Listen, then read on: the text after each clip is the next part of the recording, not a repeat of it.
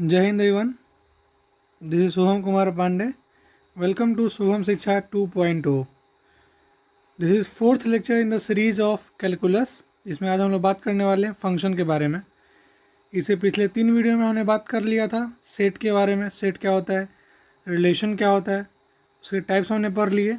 अब ये चौथा वीडियो है जो कि फंक्शन पे है, इसके बारे में हम लोग पढ़ने जा रहे हैं कि फंक्शन क्या होता है, टाइप्स ऑफ फंक्शन के बारे में पढ़ने जा रहे हैं। इसे पिछले वीडियो में हमने फंक्शन के बारे में पढ़ चुका था कि फंक्शन क्या होता है, और आज जो बारी है वह टाइप्स ऑफ फंक्शन के बारे में।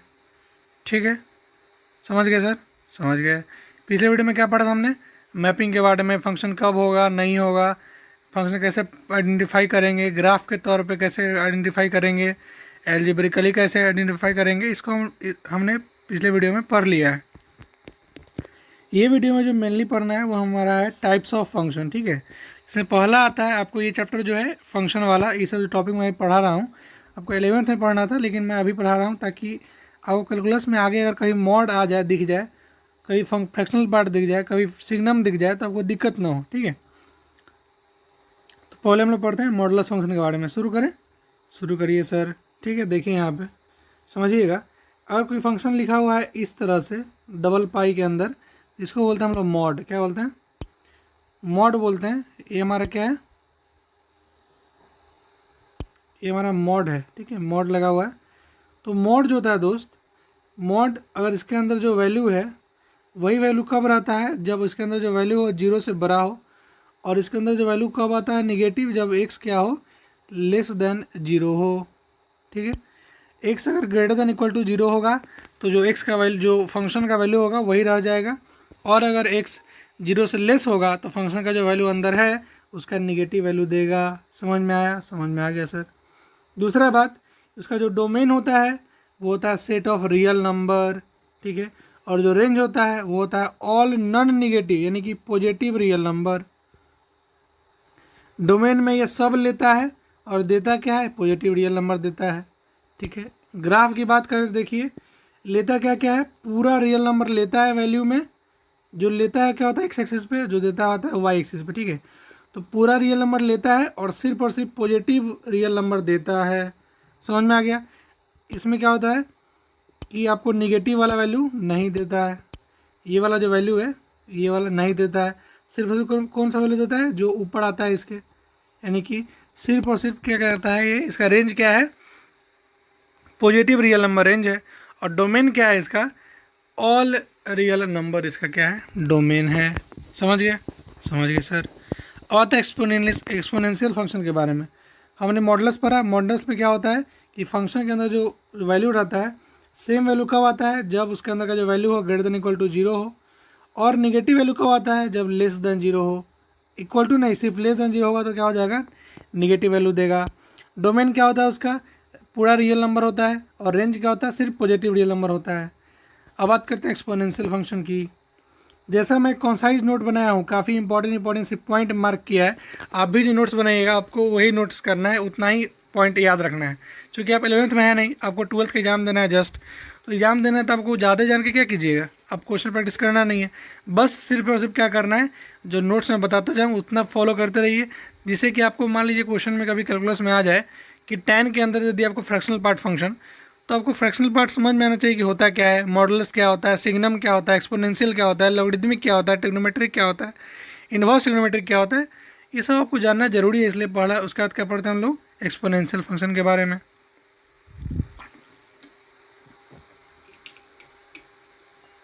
देखिए, एक्सपोनेंशियल फंक्शन जो होता है वो होता है ए टू द पावर एक्स। ठीक है, जहाँ पे ए क्या होना चाहिए? ग्रेटर देन 0 होना चाहिए। पहला बात, तो जो एक्सपोनेंशियल फंक्शन है उसका जो बेस होना चाहिए वो क्या होना चाहिए? 0 से बड़ा होना चाहिए, और 1 नहीं होना चाहिए। क्योंकि आपको पता है कि 1 to the base anything is equal to 1। 1 to the base anything is equal to 1। समझ गए? इसलिए जो बेस होना चाहिए 1 नहीं होना चाहिए, और 0 से बड़ा होना चाहिए। निगेटिव बेस काम नहीं करेगा एक्सपोनेंशियल में। ठीक है सर। दूसरा बात, इसका जो डोमेन होता है वो होता है रियल नंबर, और जो रेंज होता है होता है 0 से इन्फिनाइट।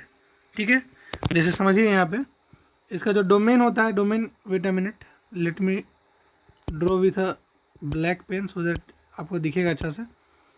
ये क्या है, रेंज सॉरी डोमेन है, यानी कि एक्स एक्सिस वाला क्या होता है, डोमेन होता है। तो डोमेन में हम लोग जीरो से लेकर के इन्फिनिटी यानी कि रेंज तक पूरा रियल नंबर दे सकते हैं। हमें रेंज क्या देगा, ये रेंज हमें देगा जो ये बालक हमको जो रेंज देगा वो देगा जीरो से इन्फिनाइट तक देगा, ठीक है। लेकिन पॉजिटिव में देगा, निगेटिव मतलब माइनस इन्फिनिटी से प्लस इन्फिनिटी नहीं देगा, सिर्फ क्या देगा, जीरो से इन्फिनाइट। और डोमेन क्या लेगा, ये पूरा के पूरा रियल नंबर डोमेन में अपना ले लेगा। एक तो ऐसा हो गया, दूसरा कैसा हो सकता है, ऐसा वाला हो सकता है जिसमें कि जीरो यहाँ पे शुरू हो कहीं और इन्फिनाइट तक ले जाए, ये क्या हो गया। और इसमें एक्स भी बड़ा है और वाई भी बड़ा है, तो इसका ए ग्रेटर देन 1 होगा। अगर एक्स बड़ा है और वाई छोटा है तो यहाँ पे जो होगा जीरो से लेकर के 1 के बीच में आएगा ए का वैल्यू। समझ गए सर। आपको फालतू दिमाग नहीं लगाना है, जो समझाता जा रहा हूँ उतना ही समझना है आपके लिए, ठीक है। आगे चलते हैं और लॉगरिथमिक फंक्शन के बारे में देखते हैं। देखिए लॉगरिथमिक फंक्शन कैसा दिखता है, लॉग के फॉर्म में दिखता है। तो लॉग क्या होता है, log a to the base x होता है, ठीक है। इसमें जो डोमेन होता है वो डोमेन होता है जीरो से इन्फिनाइट, और इसका जो रेंज होता है रियल नंबर। देखिए ये लेगा क्या, ये हमारा जो वैल्यू लेगा वो लेगा जीरो से लेकर के इन्फिनिटी तक, और जो वैल्यू देगा वो होगा पूरा के पूरा रियल नंबर वैल्यू में देगा। पूरा के पूरा क्या करेगा, पूरा के पूरा रियल नंबर वैल्यू में देगा, और हमसे सिर्फ कितना लेगा, जीरो से लेकर के इन्फिनाइट तक वैल्यू लेगा, ठीक है। जीरो से लेकर के इन्फिनाइट तक वैल्यू लेगा, इधर का वैल्यू कोई नहीं लेगा, तो जीरो से इन्फिनाइट तक वैल्यू लेगा, और जो रेंज देगा वो रियल नंबर देगा। समझ गए सर। ये जब वो ग्राफ दिख रहा हो क्या है, इंक्रीजिंग फंक्शन का है, और ये जो दिख रहा है क्या आपको, डिक्रीजिंग फंक्शन का है। तो इसमें भी देखिए तो कहाँ से लेगा, जीरो से लेकर के इन्फिनाइट तक लेगा, और रेंज कहाँ से देगा, जीरो मतलब कि पूरा के पूरा रियल नंबर, जितना वाई में आता है सभी के सभी इसके रेंज में आ सकते हैं। समझ गए। लॉग सबका वैल्यू दे सकता है, जीरो से लेकर पूरा का पूरा रियल नंबर लॉग वैल्यू दे सकता है। डोमेन इसको सिर्फ चाहिए पॉजिटिव, मतलब जीरो से लेकर के इन्फिनाइट तक चाहिए इसको डोमेन में सिर्फ, ठीक है सर। अब बात करते हैं सिग्नम फंक्शन की। उससे पहले आप क्विक रिवाइज करिए थोड़ा, तब तो मैं पानी पी लेता हूँ।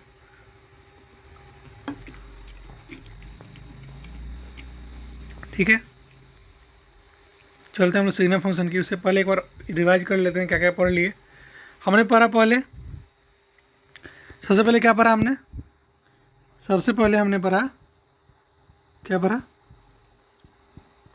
मॉडुलस फंक्शन के बारे में। इसके बारे में क्या पढ़ा कि एफ जो होना चाहिए था मॉड एक्स रहेगा अगर, तो इसका वैल्यू पॉजिटिव कब देगा, जब अंदर वाला वैल्यू ग्रेटर देन जीरो हो, इक्वल टू जीरो हो। निगेटिव कब देगा, जब लेस देन जीरो हो। ग्राफ में से क्या चाहिए, डोमेन में चाहिए इसको सेट ऑफ रियल नंबर, और रेंज हमको सिर्फ क्या देगा, नॉन निगेटिव यानी कि वी शेप का देता है, यानी कि प्योर रियल नंबर देगा हमें रेंज के तौर पे।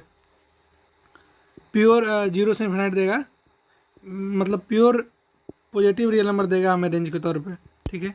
एक्सपोनेंशियल में बात करें तो कहाँ से कहाँ तक देगा, हमें जीरो से इन्फिनाइट तक रेंज देगा, और डोमेन पूरा के पूरा रियल नंबर ले लेगा, ठीक है। लॉगरिथम की बात क्या कि डोमेन हम इसको सिर्फ चाहिए जीरो से इन्फिनाइट तक, और रेंज देगा हमें पूरा के पूरा रियल नंबर रेंज देगा, ठीक है। समझ गए सर। चलिए आगे चलते हैं, बात करते हैं सिग्नम फंक्शन की। तो अगर सिग्नम फंक्शन को एक्स है, तो अगर एक्स जीरो नहीं होगा तो हमें वैल्यू देगा जो होगा वो होगा mod x by x.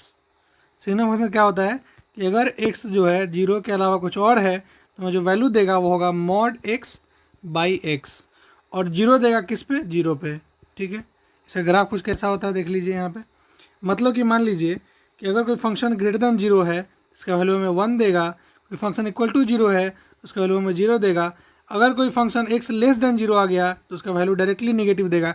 X का कोई वैल्यू के लिए जो कि जीरो से कम है उसका जो हमेशा जो वैल्यू देगा वो -1 ही देगा। यानी से ग्राफ जो बनता है वो सिर्फ और सिर्फ यहीं तक वैलिड होता है, यहाँ तक नीचे और यहाँ तक ऊपर, जीरो पे जीरो, और किसी वैल्यू के लिए -1 देता है, और किसी भी जीरो से ऊपर के वैल्यू के लिए +1 ही देता है। समझ गया सर।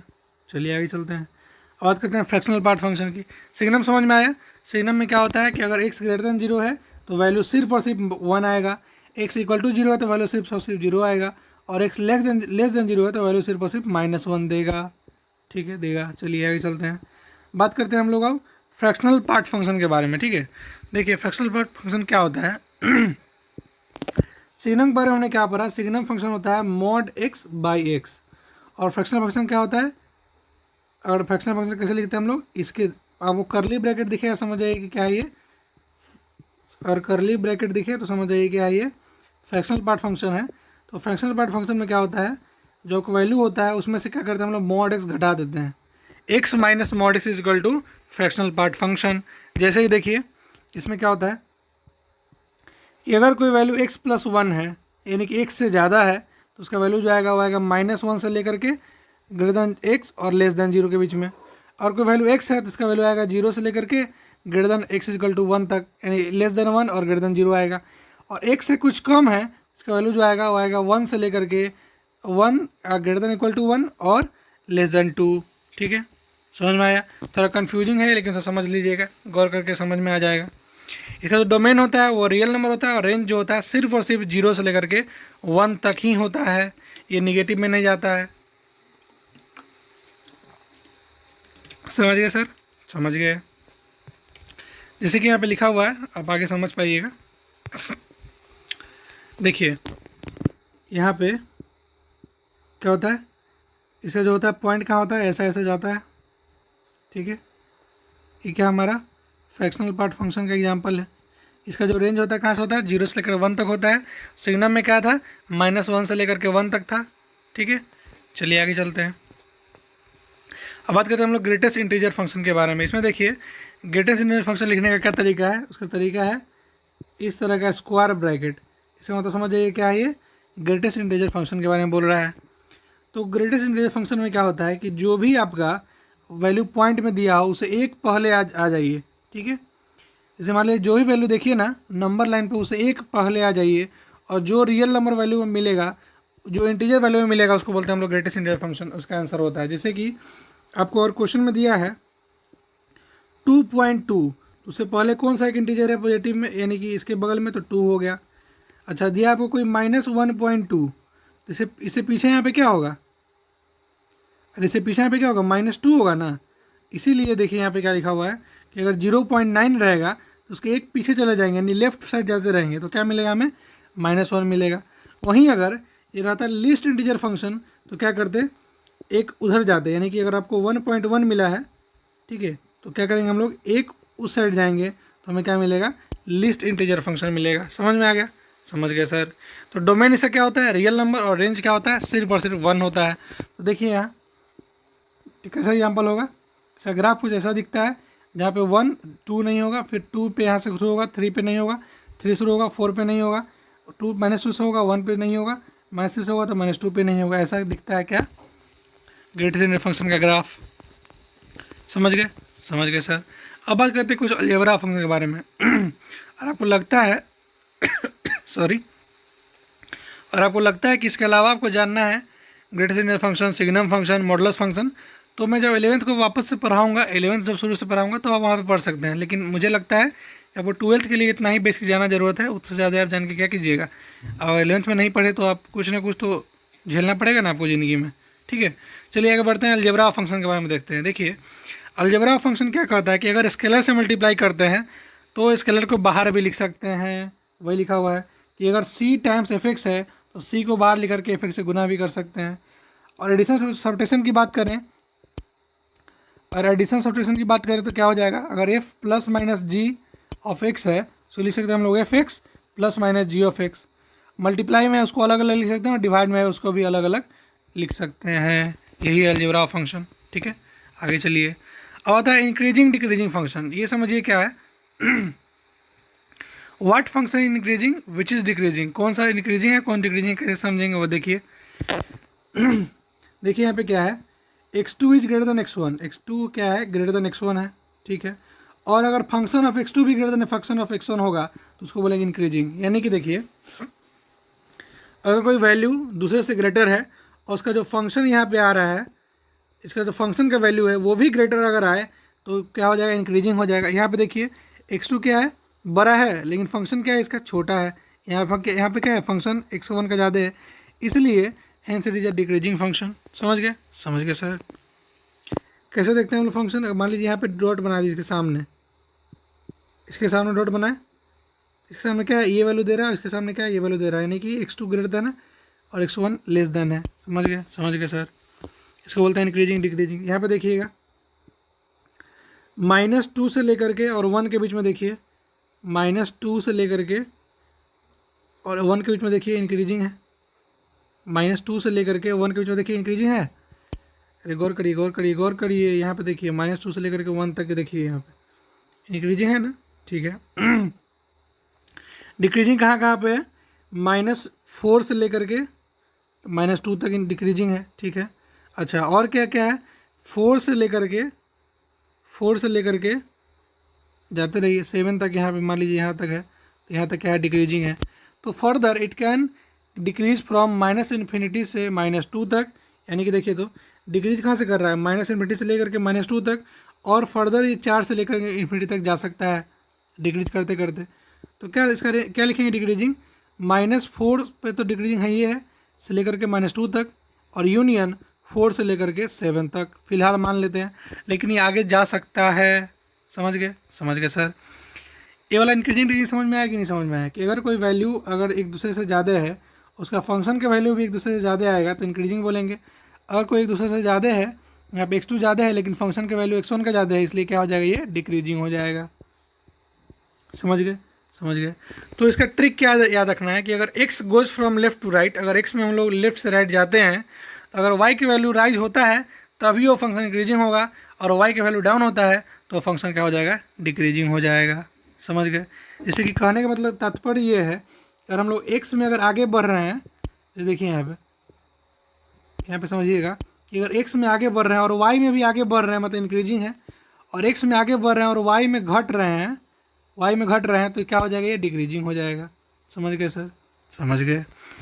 अब बात करते हैं हम लोग maximum and minimum of graph के बारे में, ठीक है, जो कि आपको एओडी में यानी कि एप्लीकेशन ऑफ डेरिवेटिव में वापस से पढ़ना है, फिर भी मैं समझा देता हूँ अभी, क्योंकि हम लोग फंक्शन पढ़ रहे हैं, इसको निपटाना जरूरी है।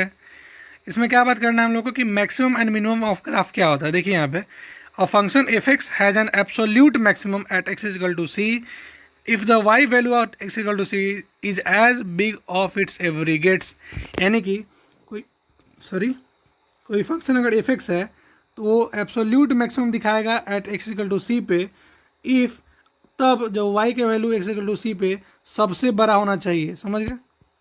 एब्सोल्यूट मैक्सिमम कब दिखाएगा, x = c पे, जब y के वैल्यू जो है x = c पे वो सबसे बड़ा आना चाहिए, यानी कि function of f = c must be greater than any of that, मतलब कि कोई वैल्यू डालना है, उस वैल्यू पे जो फंक्शन का वैल्यू दे रहा है वो हमेशा ग्रेटर होना चाहिए कोई और वैल्यू पे, कोई और वैल्यू से हमेशा उसका वैल्यू ज़्यादा होगा तभी जाके वो एब्सोल्यूट मैक्सिमम कैटेगरी में आएगा।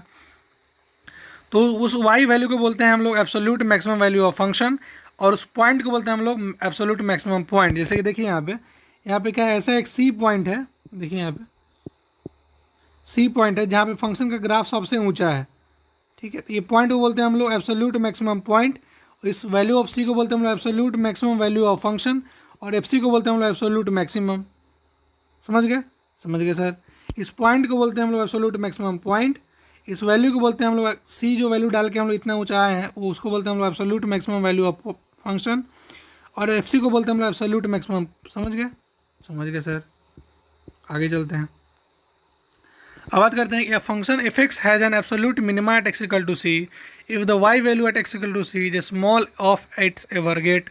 अगर x = c पे उस f(x) का जो वैल्यू है वो सबसे कम आता है किसी भी वैल्यू डालने के अलावा, जैसे मान लीजिए कि आपका वैल्यू 5 डालें और 5 पर सबसे कम आ रहा है, तो अगर उसके अलावा किसी भी वैल्यू डालने पे उससे कम नहीं आए तो जो लास्ट जो सबसे कम आया है उसको बोलते हैं हम लोग एब्सोल्यूट मिनिमम पॉइंट, ठीक है। और जिस वैल्यू पे आया उसको बोलते हैं हम लोग एब्सोल्यूट मिनिमम ऑफ फंक्शन। समझ गए। इससे ग्राफ कैसा होता है, ग्राफ समझ में आया आपको, ग्राफ कैसा दिखता है। इसे ग्राफ आप ऐसा मान सकते हैं, समझिए यहाँ पे, ठीक है। तो ये वाला जो ग्राफ, वेट अ मिनट, जैसे कि आप ग्राफ कैसे ड्रॉ कर सकते हैं, ऐसा ड्रॉ कर लीजिए। तो देखिए यहाँ पे, फिर और जाने दीजिए। तो यहाँ पे क्या है, मैक्सिमम एब्सोल्यूट मिनिमम पॉइंट कहाँ पे होगा, यहाँ पे होगा। जिस वैल्यू से ये मिनिमम आएगा उसको बोलते हैं हम लोग एब्सोल्यूट मिनिमम ऑफ फंक्शन। जिस पॉइंट पे आया है सबसे मिनिमम उसको बोलते हैं हम लोग एब्सोल्यूट मिनिमम पॉइंट, और इस फंक्शन को क्या बोलते हैं हम लोग एब्सोल्यूट मिनिमम फंक्शन, ठीक है। चलिए, एब्सोल्यूट और एब्सोल्यूट मैक्सिमम और एब्सोल्यूट मिनिमम को हम लोग और भी नाम देते हैं, इसको बोलते हैं हम लोग ग्लोबल मैक्सिमम और ग्लोबल मिनिमम। समझ गए। एक बार ध्यान समझ लीजिए फिर से।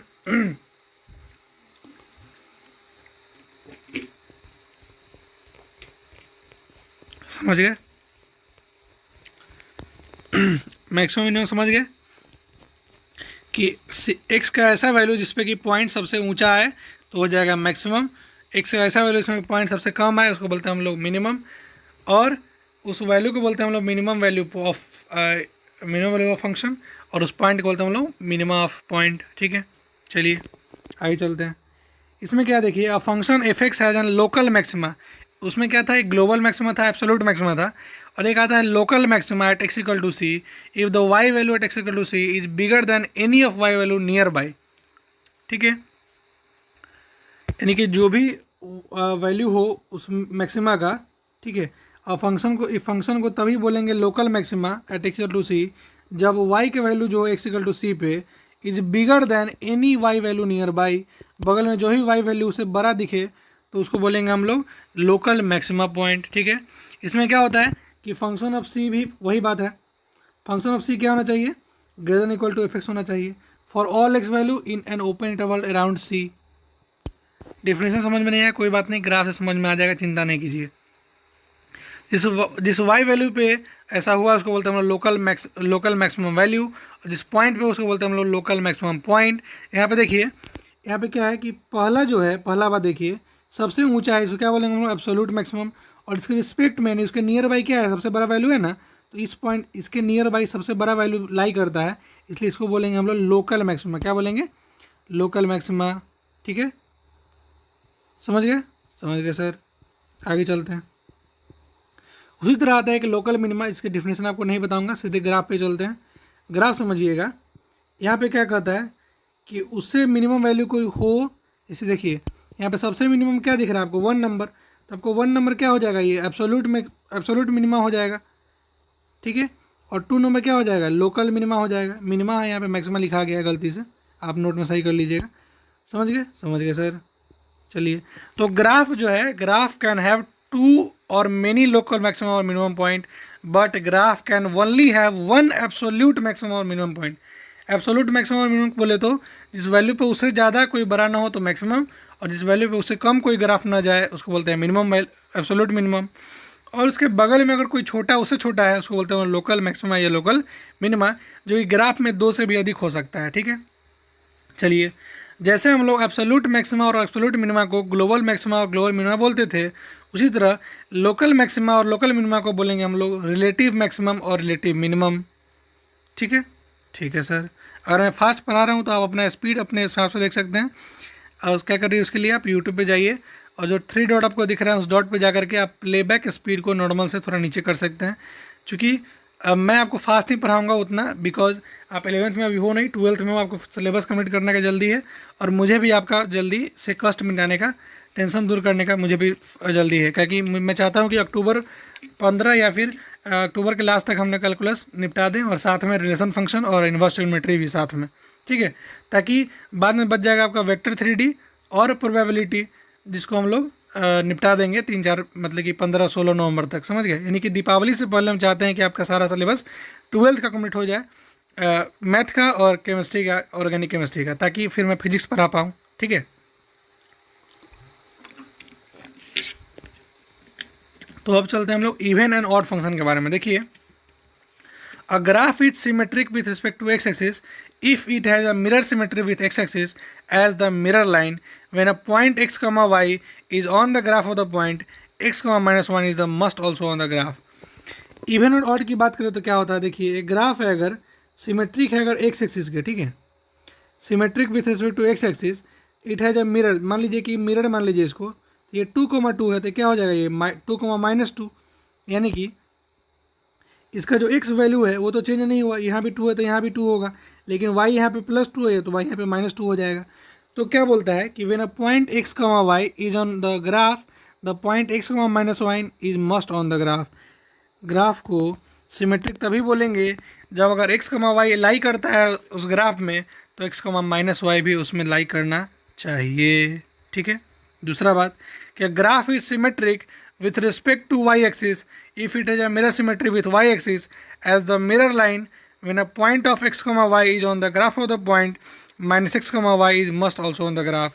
अगर किसी ग्राफ को y के रिस्पेक्ट में सिमेट्रिक तब बोलेंगे जब अगर कोई वैल्यू x, y हो उसके रिस्पेक्ट में उसका जो वैल्यू आए -x, y होगा, तभी उसको बोलेंगे symmetric about y axis. Symmetric about y axis बोलने का क्या मतलब हुआ कि y सेम रह जाना, सिमेट्रिक मतलब कि सेम, यानी y सेम रह जाना और x का निगेटिव हो जाना। सिमेट्रिक अबाउट x का मतलब क्या हुआ कि x सेम रह जाना और y में निगेटिव का फर्क आ जाना। समझ गए? समझ गए सर। आगे चलते हैं। सी नंबर में क्या बोलता है कि graph is symmetric with respect to origin. देखिए पहले हमने पढ़ा कि graph with respect to x axis कब होता है, जब एक्स सेम रह जाए और वाई के वैल्यू में निगेटिव का फर्क पड़ जाए। ठीक है, यानी कि एक्स एक्सिस के ऊपर जो ग्राफ हो वही एक्सिस के नीचे भी ग्राफ हो। Symmetric with respect to y में क्या हो गया कि वाई के राइट में जो ग्राफ हो वही वाई के लेफ्ट में हो, और जो वैल्यू वाई का हो वो सेम रह जाए और एक्स के वैल्यू में सिर्फ निगेटिव का अंतर हो जाए। ठीक है, आगे देखिए। ग्राफ को symmetric with respect to origin तब बोलेंगे जब उसमें क्या हो 180 डिग्री रोटेट करने पर ओरिजिन के और इक्वल पॉइंट आ जाए, इसको बोलते हैं हम लोग इक्वल डिस्टेंस पे इक्वल पॉइंट आ जाए, इसको बोलते हैं हम लोग सिमेट्रिक अबाउट ओरिजिन। जैसे कि देखिए यहाँ पे इसमें क्या होना चाहिए कि अगर x, y है तो इसका सीधा सीधा निगेटिव दोनों का हो जाना चाहिए। जैसे कि यहाँ पे देखिए, यहाँ पे क्या है 2,3, इससे क्या हो जाएगा यहाँ पे -2, -3, यानी कि क्या करना है इस ग्राफ को उठा करके और 180 डिग्री घुमा देना है। तो देखिए तो यहाँ पे इस ग्राफ को उठाए और 180 डिग्री घुमा दिए। ठीक है, तो +2 और 3 था तो नीचे आकर क्या हो जाएगा -2 और -3 हो जाएगा। तो पहला समझ में आया कि सिमेट्रिक अबाउट एक्स एक्सिस में क्या होना चाहिए, एक्स का वैल्यू सेम और वाई का डिफरेंट। वाई में यानी वाई में क्या होना चाहिए, निगेटिव होना चाहिए। वाई का सिमेट्रिक में क्या होना चाहिए, वाई का सेम होना चाहिए और एक्स का क्या होना चाहिए, निगेटिव होना चाहिए। Symmetric with respect to origin बोले तो क्या होना चाहिए, symmetric with respect to origin बोले तो जो वैल्यू है उसका दोनों का निगेटिव होना चाहिए, यानी कि जो वैल्यू है उसको हम लोग 180 डिग्री उस ग्राफ को रोटेट कर देंगे तो हमें जो वैल्यू मिलेगा वो क्या होगा, सिमेट्रिक अबाउट ओरिजिन का वैल्यू मिलेगा। ठीक है सर, चलिए इसी ग्राफ को देख के बताइए इसमें कौन सिमेट्रिक अबाउट ओरिजिन है, कौन सिमेट्रिक अबाउट एक्स एक्सिस है, कौन सिमेट्रिक अबाउट वाई एक्सिस है। इस ग्राफ में देखो तो इसमें क्या है कि देखिए इस ओरिजिन से जितना डिस्टेंस यहाँ है, वेट ए मिनट, इस ओरिजिन से जितना डिस्टेंस यहाँ है उतना ही डिस्टेंस यहाँ भी है, इसलिए क्या होगा ये सिमेट्रिक अबाउट ओरिजिन। अच्छा, इसमें बात करें तो क्या है, देखिए यहाँ पे सेकंड वाले क्वेश्चन में देखिए इसमें क्या है, देखिए क्या ये सिमेट्रिक अबाउट एक्स एक्सिस भी है, और गौर से आप देखें तो ये सिमेट्रिक अबाउट एक्स एक्सिस भी आपको दिख जाएगा। ठीक है, अच्छा सिमेट्रिक अबाउट वाई एक्सिस भी दिख जाएगा आपको, यहाँ पे गौर से देखिएगा तो देखिए तो दिख रहा है क्या, यानी कि दोनों है, इसलिए क्या है ये बोथ एक्स वाई एक्सिस और ओरिजिन से भी है। और आप गौर से देखें और ये सर्कल बना हुआ है, ठीक है, तो ओरिजिन से भी रेडियस रेडियस रेडियस रेडियस सब रेडियस होगा। ठीक है, इसलिए सर्कल बना हुआ, गलती से थोड़ा फिगर उतना अच्छा से नहीं बन पाता है मेरे से, समझ रहे हैं आप। ठीक है, और आपको चाहिए फिगर तो लीजिए, इसको मैं और थोड़ा क्या कर दूँ, अब समझ गए, समझ गए सर। चलिए आगे चलते हैं। इसमें अगर बात करें, इसमें समझिएगा, इसमें क्या है सिर्फ और सिर्फ वाई एक्सिस से है सिमेट्रिक। ठीक है, एक से तो नहीं दिख रहा है ना, नहीं दिख रहा है। चलिए आगे चलते हैं। अब बात करते हैं डिफिनेशन के बारे में कि इवन ऑर्डर क्या होता है। समझिए कि a function f x is even function if its graph symmetric with respect to y axis. अब देखिए आपको अगर symmetric with respect to y axis समझ में नहीं आता तो कैसे मैं आपको इवन समझा पाता, इसलिए पहले समझा दिया कि symmetric with respect to x क्या होता है, symmetric with respect to y क्या होता है, symmetric with respect to origin क्या होता है। तो अब पढ़ा दूंगा ना इवन। इवन फंक्शन क्या बोलता है कि a function f x is even function if its graph is symmetric with respect to y axis. पहला बात, उसका जो ग्राफ होना चाहिए वाई एक्सिस के सिमेट्रिक होना चाहिए। वाई एक्सिस के सिमेट्रिक सुनते हैं आपके दिमाग में आना चाहिए कि वाई को सेम रखना है और एक्स की वैल्यू को निगेटिव में बदल देना है। ये वैल्यू दिख जाए तो समझिए क्या है, ये इवन ग्राफ है, इवन फंक्शन का ग्राफ है। ठीक है, दूसरा बात, ये तो ग्राफ से चेक कर लेंगे। दूसरा बात, अलजेब्रिकली कैसे चेक करेंगे, तो अगर किसी एफ एक्स का वैल्यू एफ माइनस एक्स के बराबर आ जाए तो इसको बोलते हैं हम लोग, अगर मान लीजिए एक्स के डोमेन में और कोई f5 का जो वैल्यू है अगर वही वैल्यू f-5 भी दे दे तो उसको बोलेंगे हम लोग इवन फंक्शन। ठीक है, जैसे कि देखिए यहाँ पे x² + 3 is even function because, और x की जगह पे हम लोग 1 रखते हैं तभी वही वैल्यू देगा, x की जगह पे हम लोग -1 रखते हैं तभी वही वैल्यू देगा, x की जगह पे 2 रखिएगा तभी वही वैल्यू, x की जगह पे 3 रखिएगा तभी, सॉरी -2 रखिएगा तभी वही वैल्यू। यानी कि पॉजिटिव नेगेटिव से फर्क ना पड़े उस फंक्शन को, तो बोलेंगे उसको इवन फंक्शन। और ग्राफ कैसा होना चाहिए? Symmetric about x axis, sorry symmetric about y axis. अब बात करते हैं ऑड फंक्शन की। ऑड फंक्शन में क्या होता है? या function f x is odd function if it graph is symmetric with respect to origin. Odd में क्या होता है कि अगर देखिए ऑड में क्या होता है, एक्स एक्सिस से नहीं होता है, इवन वाई एक्सिस से। और ऑड में अगर ओरिजिन से है तभी होगा, इसका थोड़ा ध्यान रखिएगा, नहीं तो आप भूल जाइएगा तो बस एक्स ला के चल दीजिएगा, फिर आपका द एंड हो जाएगा एग्जाम में। ठीक है, इसमें क्या होना चाहिए कि जो फंक्शन का ग्राफ है वो ओरिजिन के रिस्पेक्ट में, देखिए ओरिजिन से जो जितना दूरी यहाँ है उतना ही दूरी यहाँ है, जितना दूरी यहाँ है उतना ही दूरी यहाँ है। तो ओरिजिन से जितना दूरी रहेगा ना उसको बोलते हैं हम लोग, जैसे कि समझिए यहाँ पे अगर मैं इसको जूम इन करूँ तो आपको समझाऊँ तो उम्मीद है ज़्यादा समझ में आएगा आपको। यहाँ से जो डिस्टेंस यहाँ का है वही डिस्टेंस यहाँ से यहाँ का है, जो डिस्टेंस यहाँ से यहाँ का होगा वही डिस्टेंस यहाँ से यहाँ का होगा। ठीक है, इसलिए क्या बोलते हैं इसको? Symmetric with respect to origin. और जब अगर ऐसा होगा तो इसको बोलेंगे हम लोग ऑड फंक्शन। और उसका अलजेब्रिकली क्या बोलेंगे कि अगर f of minus x is equal to minus of f x then it is called odd function. F of अगर एक्स डाले हम लोग और हमें मिला एफ ऑफ माइनस एक्स डालने पे सेम वैल्यू तो उसको बोलते हैं इवन। और अगर हम लोग F of minus x value डाले और हमें माइनस ऑफ एफ एक्स मिल जाए, यानी कि माइनस बाहर निकल जाए, तो उसको बोलेंगे हम लोग ऑड फंक्शन। समझ गए? समझ गए सर। जैसे देखिए यहाँ पे क्या है, 5x minus 1/x is odd function because f x is equal to minus of 1/x। ठीक है, जैसे यहाँ पे डालिएगा वैल्यू, और आप वैल्यू डालिए, समझिएगा यहाँ पे, और मैं वैल्यू डाल कर दिखाऊँगा और आपको समझिए। अगर एक्स यहाँ पे माइनस एक्स डालेंगे तो क्या हो जाएगा? ये -5x ये माइनस था, और एक्स यहाँ पे माइनस और डाला तो क्या हो जाएगा? प्लस। तो ये प्लस 1/x। तो जो मैंने वैल्यू डाला था उसका मुझे क्या मिल गया? नेगेटिव मिल गया, इसलिए क्या हो गया? ये ऑड फंक्शन हो जाएगा। ठीक है, चलिए अगला बात क्या कहता है कि no graph form symmetric about x axis because it is symmetric about x function does not exist. अगर एक्स एक्सिस के अबाउट अगर सिमेट्रिक होगा, अगर एक्स एक्सिस के अबाउट सिमेट्रिक होगा तो फंक्शन क्या करेगा? एग्जिस्ट ही नहीं करेगा, बिकॉज वो क्या होगा? फंक्शन नहीं होगा, बिकॉज उसमें क्या होगा? डबल डबल क्रॉस होने लगेगा। देखिए यहाँ पे समझिए, कहने का तात्पर्य क्या है कि कोई फंक्शन है ऐसा जो कि एक्स एक्सिस की सिमेट्रिक तो है, लेकिन क्या ये फंक्शन है क्या? ये तो फंक्शन ही नहीं है, बिकॉज वर्टिकल लाइन टेस्ट में डबल डॉट आ रहा है, इसलिए एक्स एक्सिस से कोई फंक्शन नहीं बनता है एक्स सिमेट्रिक। समझ गए? याद रखिएगा, नहीं तो अगर आप गलत करिए तो ब्लंडर हो जाएगा। ये तो एक्स के सिमेट्रिक कोई हो नहीं सकता, बिकॉज एक्स के सिमेट्रिक होगा तो उसको फंक्शन नहीं बोलेंगे। समझ गए सर? समझ गए। आगे देखिए क्या है कि graph of even function is always symmetric with respect to y axis, graph of odd function is always symmetric with respect to origin. Sorry यहाँ पे गलती लिख किया, क्या होगा इसमें? With respect to origin. Wait a minute, इसको मैं थोड़ा इरेज कर दूँ और आपके लिए नोट्स में इसको अपलोड कर दूँगा। इसमें क्या होगा? इसको नहीं होगा, ऐसा नहीं होगा, इसमें क्या होगा? Origin, ORIGIN। Wait a minute, इसको थोड़ा और ठीक से लिख दूँ ताकि आपको जब नोट्स मिले तो आपको दिक्कत नहीं आना चाहिए। क्या होगा? ORIGIN। ठीक है, अब सही है? सही है। चलिए आगे चलते हैं। ठीक है, अच्छा दूसरा बात कि प्रोडक्ट हो, सम हो या डिफरेंस हो, अगर कोई दो इवन फंक्शन है उसका तीनों का सम, प्रोडक्ट और डिफरेंट इवन ही आएगा। ठीक है, अच्छा कोई अगर फंक्शन ऑड है तो उसका सम और डिफरेंस तो ऑड आ जाएगा, लेकिन दो ऑड फंक्शन का प्रोडक्ट हमेशा इवन आएगा। ये सब क्रोनरी याद रखिएगा। ठीक है, ठीक है। आगे चलते हैं, पीरियोडिक फंक्शन के बारे में पढ़ते हैं। देखिए पीरियोडिक फंक्शन क्या होता है, जैसे कि ट्रिग्नोमेट्रिक फंक्शन ज़्यादातर क्या होता है? पीरियोडिक होता है। जैसे कि इसमें क्या होता है कि graph repeats eight fix interval. Fix interval पे क्या होता है? ग्राफ रिपीट करता है, यानी कि एफ एक्स प्लस टी जो कोई ग्राफ होगा वो बराबर हो जाएगा एफ एक्स के। जैसे कि साइन का ग्राफ याद करिए, साइन 0 पे भी 0 देता है और साइन पाई पे भी 0 देता है। जैसे देखिए यहाँ पे साइन का ग्राफ याद करिए, तो जो वैल्यू हमें 0 दिया वही वैल्यू हमें पाई दिया, वही वैल्यू में 2 पाई दिया, यानी कि n पाई पे क्या होता है? रिपीट करता है वैल्यू।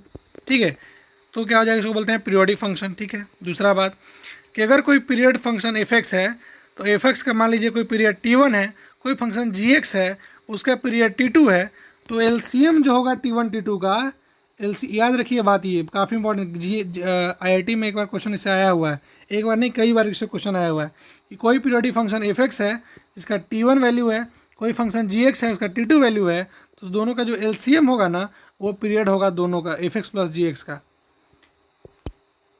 एफ प्लस जी का जो क्या बोलते हैं, एफ प्लस जी का जो वैल्यू होगा वो इन दोनों के पीरियड के क्या होगा, एलसीएम के बराबर होगा। समझ गए सर? जो थोड़ा याद रखिएगा, काफ़ी इम्पॉर्टेंट ये पॉइंट दिख रहा है आपको जो भी मैं बता रहा हूँ, काफ़ी क्या है ये। वेट अ मिनट, इसको थोड़ा अच्छा से बॉक्स बना दूँ मैं ताकि आपको रखने में आसान हो। सॉरी, जो भी है, चलिए मस्ती नहीं करते हैं, आगे चलते हैं। अब बात करते हैं इक्वल फंक्शन के बारे में। ठीक है, देखिए इक्वल फंक्शन क्या होता है। Let two function t and g when, जैसे मान लीजिए कोई दो फंक्शन है टी और एफ और जी, सॉरी एफ लिखा हुआ है ये, यार मार्कर का थोड़ा इशू के कारण क्या से क्या पढ़ दूंगा मैं। एफ और जी कोई फंक्शन है, तो अगर डोमेन ऑफ फंक्शन एफ और डोमेन ऑफ फंक्शन जी बराबर हो गया। दूसरा बात कि अगर को डोमेन ऑफ फंक्शन और को डोमेन ऑफ जी दोनों बराबर हो गया। और तीसरा बात कि अगर function at x equal to function at g x दोनों का बराबर हो गया, फॉर एक्स बिलोंग्स टू क्या, D1 D2, यानी कि डोमेन दोनों का कॉमन डोमेन में अगर आ गया। समझ रहे हैं बात? नहीं समझ रहे हैं फिर से समझिएगा।